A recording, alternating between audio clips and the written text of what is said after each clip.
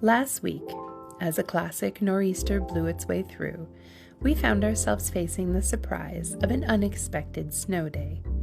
While we lingered over our morning coffee, my husband and I mulled over how we would spend the day. A day with absolutely no plans and nowhere to be.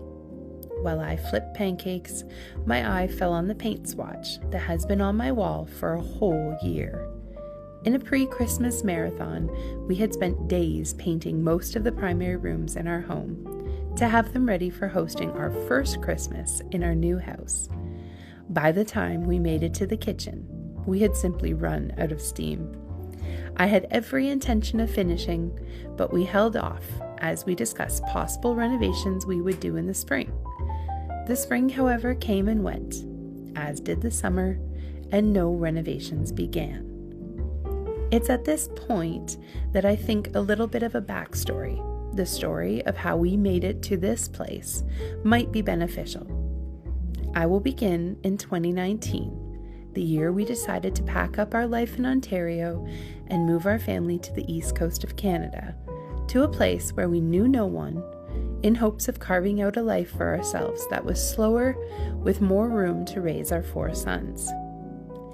After months of analyzing areas to live and virtually touring dozens of homes, even flying out for whirlwind showings in person, we found a large, old, weathered, shake-covered farmhouse from the 1830s. It was a bank foreclosure and had sat abandoned for long enough that while chock full of potential, was going to require a complete renovation. We naively embarked on what would become a 5-month-long renovation to have our dream home ready for when we arrived. Just 5 months later, a near impossible feat. Every aspect of it required so much more from us than we had planned, emotionally, mentally, and financially. It was at this time, in early 2020, just as we were settling in, that the world seemed to come to a halt. Over that next year, we began to realize that we were very dependent on our current financial situation. The Lord really started to impress on us the need to get ourselves into a position where we could be much more flexible financially. It was around this time that there seemed to be a mass moving away from cities like Toronto and a huge influx of people looking to settle further east. After much prayer, we listed our dream home. Not long after, the Lord brought us to a smaller home on the bay, the coastal home of our dreams, complete with a small cottage beside that would become our next major renovation. The week we moved, my husband lost his job. But the Lord, His ways are so much greater than ours. Without missing a beat, my husband began renovating the cottage himself, all while putting himself through school after a 20-year career. I'm so thankful to have had him home during those months. There was so much isolation and so many opportunities to feel cut off from the world, and yet it felt like the Lord just hid us in this cleft of a rock, and we just enjoyed being together in the most beautiful place. We gutted that tiny cottage, and the result was a quaint little holiday rental.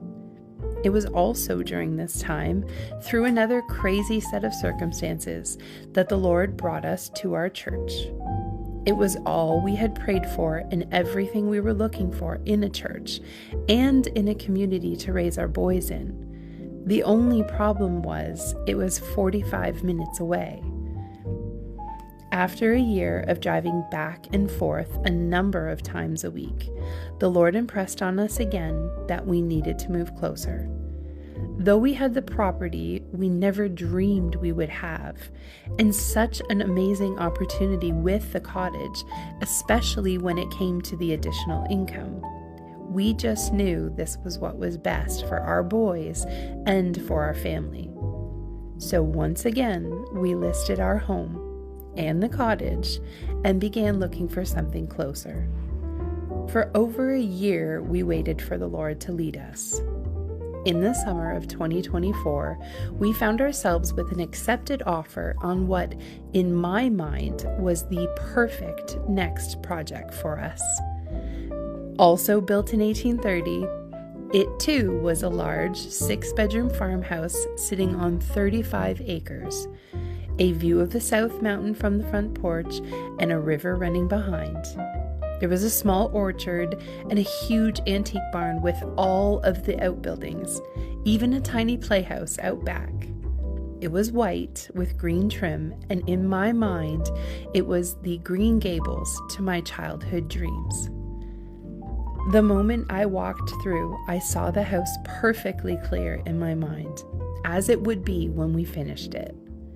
I have never felt so overwhelmed by a sense of longing for a place, as though it was saved just for us, as I did when I walked into the barn of all places.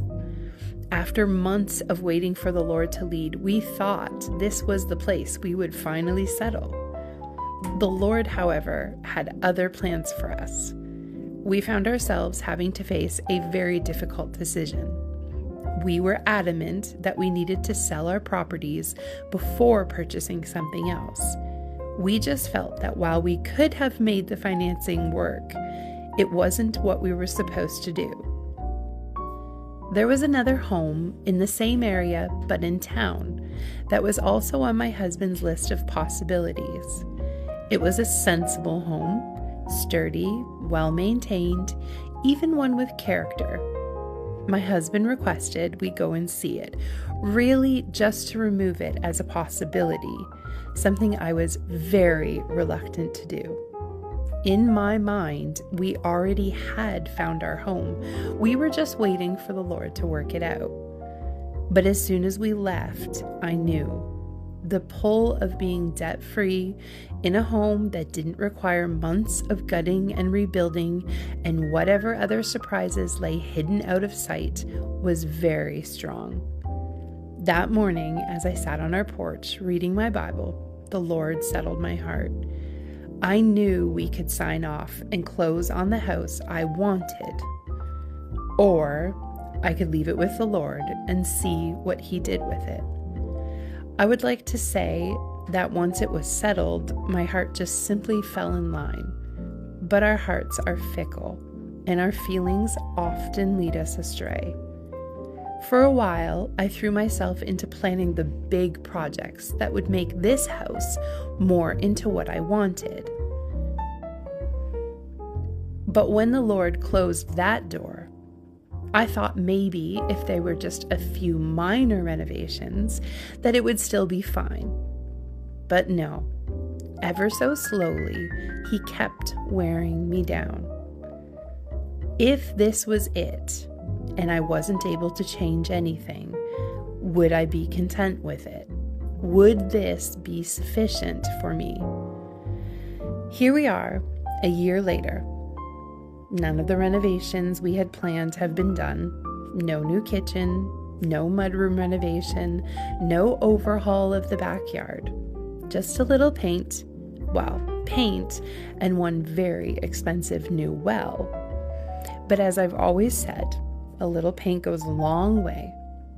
Slowly, we are making this home ours, one little bit at a time. It may not be a grand project, but we are settled. I can't tell you how many times I have told my husband that I am so thankful he picked this house, how perfectly it suited to us, how thankful we are to be so close to our friends and family, how richly the Lord has blessed us, and how He really does know what's best for us. Jeremiah 29 verse 11 says, "For I know the thoughts that I think towards you, saith the Lord, thoughts of peace and not of evil, to give you an expected end." Long ago, we stopped calling places our forever home. This is our home and will be for as long as the Lord sees fit. And as long as it's ours, we will make the most of the beautiful place He's put us. And I will continue to teach my heart to be content.